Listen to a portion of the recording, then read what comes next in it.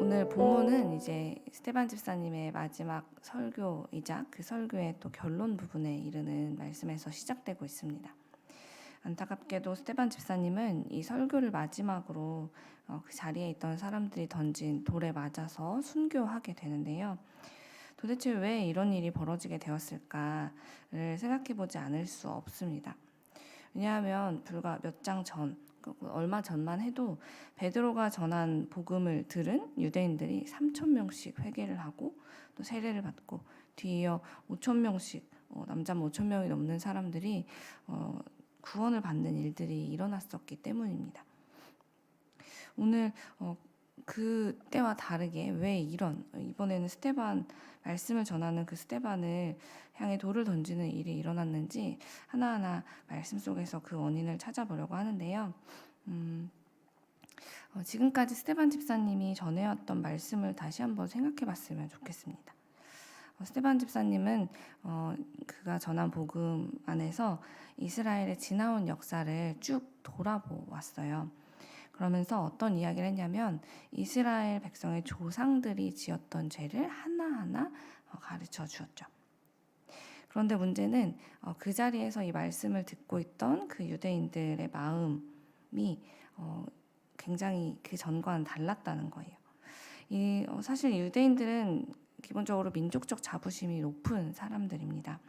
이들은 마음속에 항상 우리는 이렇게 수많은 나라들 중에 하나님의 자녀로 특별히 선택을 받은 사람들이야. 다른 사람들이 하나님께 VIP라면 우리는 VVVIP쯤? 적어도 그 정도는 되는 사람들이지 라는 생각이 늘 마음속에 어쩔 수 없이 있는 사람들이었어요. 그렇게 늘 우리는 하나님의 선택받은 백성이야. 거룩한 백성이야. 우리는 선민이야. 라는 생각이 항상 있었기 때문이죠. 그런데 스테반이 나타나서 그런 자기들은 물론이고 자기의 조상들이 지은 죄부터 하나하나 꺼내서 이거 봐 하고 보여주더니 뒤이어서는 이제 이 이야기를 듣고 있는 자신들을 향해서 너희도 똑같다 라고 이야기를 하면서 너희도 너희 조상과 똑같이 항상 성령을 거역하고 있다 라는 말씀을 전하는 거예요. 사실 자기의 조상님들을 모욕하는 발언을 들을 때도 이미 참는데 한계를 느끼고 있던 사람들이었어요. 그런데 그 이야기를 끝내고 이제 좀 그만하나 싶었더니 대뜸 이제는 너희도 하면서 너희는 항상 어쩌다가 한번 그랬다는 것도 아니고 너희는 항상 성령을 거슬러 라고 이야기를 하게 되자 이들은 참아왔던 분노를 터뜨리지 않을 수 없게 된 것이죠. 그런데 유대인들이 이제 분노하는 그 모습이 굉장히 구체적으로 오늘 성경에 담겨져 있는데요. 이들이 어떻게 하냐면요. 스테반의 이 말에 대해서 귀를 막고 소리를 지르면서 막 달려드는 장면이 나와요. 저는 이 모습을 보면서 굉장히 혼자 상상을 하고 그 모습이 너무 충격적이었어요. 귀를 막고 소리를 지르면서 달려든다는 건 정말 온몸으로 이 사람이 이야기하는 것을 거부하고 받아들이지 않겠다라는 강한 결정을 하고 있는 거잖아요. 그래서 어떻게 이렇게까지 사람들이 분노를 할 수 있지 하고 생각을 해보니 이들이 평소에 어떤 생각과 태도를 가지고 살아왔는지를 생각해보니 이해가 쉬웠어요.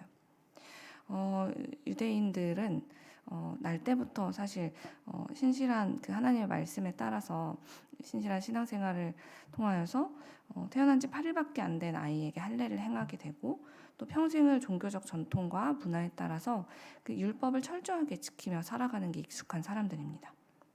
사실 저에게는 단 한 가지도 지키는 것이 쉽지 않은 이 율법을 문자 그대로 지켜가면서 평생을 살아간다는 것, 이것은 정말 유대인들은 뭐 다 그러니까 라고 넘길 수 없는 굉장히 쉽지 않은 일이죠. 어려운 일이에요. 문제는 그렇게 이들이 자신의 삶에서 굉장한 부분에 최선을 다해 말씀을 지키며 살아가다 보니까 이런 대단한 신앙생활을 해낸다는 것이 굉장히 어려운 일이라는 걸 서로 잘 알고 있어요. 그래서 그런 일들을 잘 해낸 사람들을 향해 사람들이 칭찬을 쏟아내는 것은 참 당연한 일이죠. 겪어본 사람이 남의 아픔과 남의 어려움을 잘 이해할 수 있듯이 서로 이 율법을 잘 지키는 것에 대한 그 어려움과 그 감내와 열심이 얼마나 대단한지를 너무 잘 알고 있는 사람들이기 때문에 그만큼 누군가가 하나님의 말씀을 철저히 따라 살 때는 그만한 칭찬도 반드시 따라왔던 것이 이 유대사의 분위기였던 거예요. 그러다 보니 사람들은 점점 자신들이 하나님의 말씀을 따라 살기 위해 지켰던 그 율법 그리고 그런 신앙생활의 결과 보이는 사람들로부터 오는 칭찬과 그런 이제 엄지를 치켜 세우는 모습들 정말 대단하다, 존경스럽다라는 또한 당신을 닮고 싶다라는 그런 말들이 싫지 않았어요. 오히려 달콤하고 점점 그 말들에 매료되게 되었죠.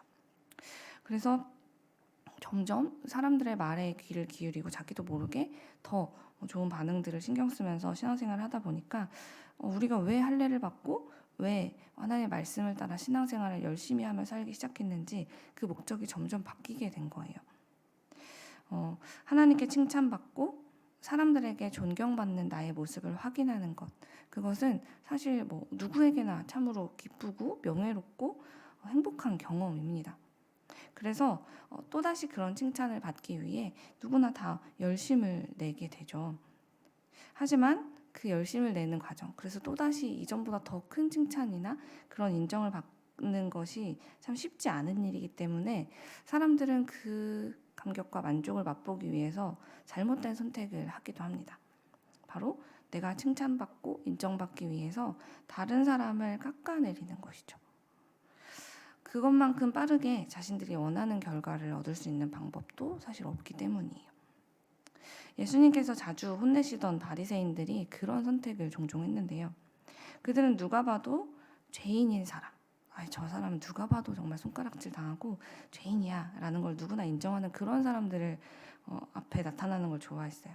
왜냐하면 그들과 함께 있다 보면 도덕적으로나 율법적으로나 흠잡을 데 없는 자기 자신이 그 사람과 같이 있는 것만으로도 빛나는 것 같았거든요. 그래서 많은 사람들이 보는 앞에서 그 죄인을 대놓고 정죄하고 판단하고 시험해보는 것을 즐겨 했던 거예요. 예수님에게도 그들은 똑같이 행했죠. 그렇게 할수록 사람들은 내가 얼마나 대단한 믿음을 가졌고 얼마나 엄청난 신앙생활을 하고 있는지, 내가 얼마나 존경받을 만한 사람인지, 내가 얼마나 하나님께 칭찬받을 만한 사람인지를 사람들로부터도 확인할 수 있고 자기 자신도 그 원하는 만족감과 인정을 얻을 수 있었기 때문에 이런 일들을 점점 반복하게 되었습니다. 그런데 문제는 유대인들의 이런 교만한 생각과 태도가 그렇게 나 이 정도로 만족해 여기서 멈춘 게 아니라 점점 이 마음이 자라나서 높아지기 시작하더니 마치 자기가 하나님이 된 것처럼 다른 사람들을 평가하고 판단하고 정죄하는 일에 익숙해졌다는 것입니다.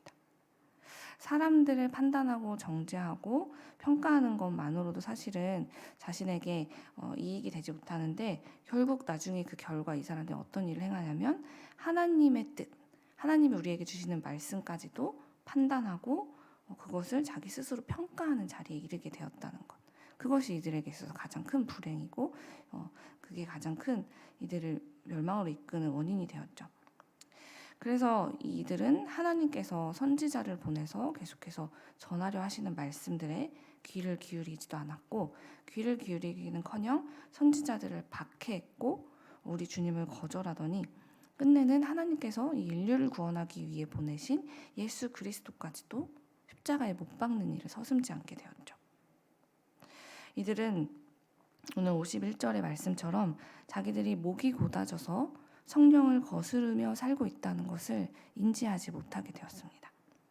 우리는 몸의 할례를 받은 자이기 때문에 우리는 하나님께 너무나 특별한 선택받은 사람들이기 때문에 그래서 다 괜찮아. 우리는 이렇게 해도 괜찮아. 우리는 우리 정도 되면 다른 사람 평가해도 괜찮아. 판단해도 괜찮아. 라면서 사실 몸의 할례는 받았지만 기와 마음에는 할례를 받지 못한 채 결국 멸망을 향해 걸어가는 신세가 되고 말았다는 것이죠. 저는 오늘 말씀 54절을 보면서 마음이 많이 아팠는데요. 분명 처음 우리가 사도행전 2장을 묵상할 때는 그때 되게 비슷한 장면이 오늘 말씀에 사실 펼쳐져 있어요. 베드로가 말씀을 전했을 때와 굉장히 비슷한 상황인데요. 그때도 사람들이 베드로가 전한 복음을 듣고 마음에 찔려라는 표현이 적혀 있어요. 그래서 이들은 그 복음을 듣고 나서 내가 정말 죄를 저질렀구나 라는 그 생각에 마음이 찔려서 그 죄 때문에 고통스러워서 어쩔 줄 몰라 하면서 우리가 어찌할꼬 라고 외쳐요. 그런데 오늘 우리가 읽었던 본문에서도 스데반이 전한 이 복음을 들은 사람들이 마음이 찔려 라는 표현이 54절에 분명히 있어요. 그들이 이 말을 듣고 마음에 찔려. 그런데 찔린 후에 그들의 태도가 완전히 달라요. 베드로가 전한 말씀을 들었던 때와 이때는 완전 다른데 그들이 어떻게 변했냐면 그를 향하여 이를 갈거늘 이라고 기록되어 있죠. 분명히 말씀을 똑같이 들었고 마음의 찔림을 받게 된 것도 같은데 자기들이 잘못했다는 걸 알았어요. 알았는데 알고 나니 마음이 더 불편한 거예요. 그래서 그 마음을 가지고 내 잘못을 인정하고 하나님께 돌아선 게 아니라 내가 잘못한 걸 이 사람이 이렇게까지 드러냈다고? 그렇다면 저 사람을 내가 나에게 불편하지 않게끔 여기서 제거해야겠다라는 마음으로 이들은 마음의 방향을 잘못 정하게 되었다는 거예요. 이들이 찔린 후에 어떤 선택을 했는가에 따라서 인생이 완전히 달라졌다는 것이죠. 2장의 유대인들은 마음이 찔려 진심으로 회개하고 세례를 받아 구원을 얻었지만 오늘 7장의 유대인들은 마음이 찔려 이를 갈았고 결국 자신들을 위해 저들 용서해달라고까지 기도하는 그 스데반에게 끝까지 달려들어서 그에게 돌을 던지고 결국 죽음에 이르게 하는 일을 저지르고 맙니다. 사랑하는 여러분, 지난 주일 예배 때도 목사님께서 말씀하셨지만 우리는 언제나 삶을 살아가면서 선택의 자리에 서게 됩니다. 하나님께서 우리에게 말씀하시는 그 말씀 앞에서 내가 어떤 선택을 할지 이것을 하나님께서 우리에게 자유를 주시고 선택하게 하셨을 때 우리는 때로 하나님이 시키는 대로 하지 않으면 우리를 막 혼내시고 우리가 하나님께서 말씀하시는 대로 그냥 그 말씀대로 로봇처럼 살기를 원하시는 건가 하는 오해를 할 때도 있지만 하나님은 우리에게 당신의 뜻을 한 번도 강요하신 적이 없어요. 그분이 하시는 일은 언제나 우리를 위한 가장 좋은 길, 특별히 우리가 죄를 지었더라도 그 죄에서부터 구원할 길까지도 미리 만드시고 우리를 구원해 주시려고 그 모든 길을 마련하고 기다리시는 일들을 주께서는 우리에게 늘 해오셨는데요. 예수님을 보내서 이 땅에 보내주셔서 우리를 구원할 길을 만드시고 그리고 부활하신 이후에도 다시 그분이 오실 그날까지 죄인도 의인도 모두 구원받을 수 있는 기회를 공평하게 주고 계신 지금 우리는 그 사랑에 대해서 가장 많이 지금 경험할 수 있는 때를 살고 있습니다. 죄인이기 때문에 빨리 심판을 받고 의인이기 때문에 더 늦게까지 기다려주시는 그런 사랑이 아니라 하나님은 죄인도 의인도 모두에게 공평한 기회를 지금 주고 계신다는 거예요. 그러니 하나님께서 우리에게 말씀을 통해서 마음의 찔림을 주시고 그래서 그때 우리가 어찌할꼬라고 하나님께 돌아가거나 혹은 이를 갈며 하나님의 뜻에 반박하고 그분께 반대할 것인지 이것을 선택할 수 있는 기회를 지금 우리에게 주고 계시는 이때 우리는 무엇이 올바른 선택인지 내가 어디에 서야 되는지를 곰곰이 잘 생각해보고 그 길을 정해야 한다는 것입니다. 사람들의 칭찬과 인정에 목이 말라서 가는 곳마다 나를 높이기 위해 다른 사람을 낮추는 나쁜 습관이 혹시 우리에게 있다면 그런 습관을 멈추고 이제는 하나님의 칭찬만으로도 충분합니다 라는 삶을 살면서 우리에게 오늘도 돌아설 기회를 주시는 우리 주님 앞에 우리를 여전히 기다려주시는 우리 주님 앞으로 다시 돌아가야 한다는 것이죠. 그러니 우리 이렇게 하루를 시작하는 이 시간 우리 하나님께 무엇을 기도해야 하겠습니까? 하나님 말씀이 내가 원하던 내용, 내가 바라던 내용과 비록 다를지라도 그렇다고 하나님 내가 원하던 이야기가 아니라고 귀를 막고 소리를 지르면서 하나님께 달려들던 그 유대인들과 같이 사시겠습니까? 아니면 막았던 귀를 열고 오히려 하나님을 향해 마음을 열고 우리가 어찌하면 좋겠습니까? 라고 한탄하며 주님 앞에 엎드려서 주께서 맡기신 이웃과 그리고 또 우리 하나님을 향해 우리가 마땅히 해야 될 그 찬양을 올려드리며 이웃을 사랑하며 살아가는 삶을 살아가야 되겠습니까? 우리 오늘 말씀 앞에서 가만히 서서 나를 비추어 보기를 원합니다. 과연 나는 지금까지 신앙생활을 하면서 내게 들려오는 하나님의 말씀 앞에서 찔려서 이것에 대해 이를 갈고 귀를 막는 사람은 아니었는지를 꼼꼼히 살펴보며 돌아보자는 것입니다. 하나님 말씀 앞에 서면 우리가 어찌할꼬 하는 진심 어린 회개와 함께 나의 죄를 닦아내기를 간절히 소망합니다 라는 정말 간절한 기도가 나오는 우리 모두가 되길 간절히 소망합니다. 그래서 그 기도를 통하여서 다시금 하나님의 자녀다운 모습을 회복하는 세상의 빛 이레교회가 되길 간절히 소망합니다.